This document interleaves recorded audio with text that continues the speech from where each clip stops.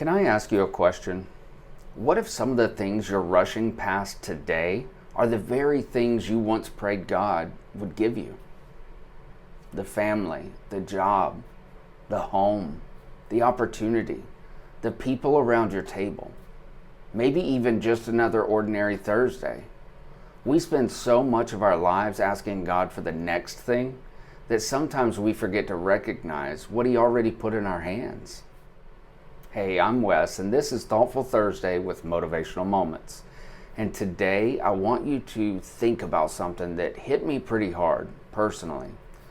You can be incredibly blessed and still be too distracted to notice it.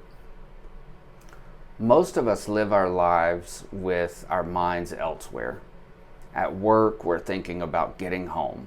At home, we're thinking about tomorrow. On Monday, we're already waiting for Friday. When you're young, you want to be older. And when you're older, you'd give almost anything to get some of those younger years back. We're constantly reaching for another season, another goal, another milestone, another version of life where we tell ourselves, once I get there, then I'll slow down. But we don't. Because when we finally get there, there's always another there. And somewhere in all of that chasing, life quietly happens. Your kids get older, your parents get older, people change, opportunities come and go. That ordinary dinner you barely noticed becomes a memory that you'd someday give anything to experience one more time. That's why Psalm 90:12 says, "Teach us to number our days that we may get a heart of wisdom." Notice it doesn't say teach us to number our years. It says days. Because life isn't really lived in decades. It's lived in Tuesdays, Thursdays, the car rides, dinner tables, phone calls, conversations in the driveway, 5 extra minutes of sitting beside somebody you love. Those little moments we keep calling ordinary until one day we realize they weren't ordinary at all. Here's something worth thinking about. There may have been a version of you 10 years ago that would look at something in your life today and say, man, I hope I have that someday. And now you do. But familiarity has a strange way of making miracles feel common. The thing you once begged God for can eventually become the thing that you complain about.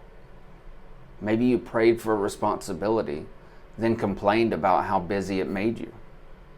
You prayed for a family, then got frustrated because the house was so noisy. You prayed for opportunity, then became overwhelmed by the work that came with it. You prayed for people who loved you, and then sometimes gave strangers on a screen more attention than people sitting beside you. Now, I'm not saying life isn't hard.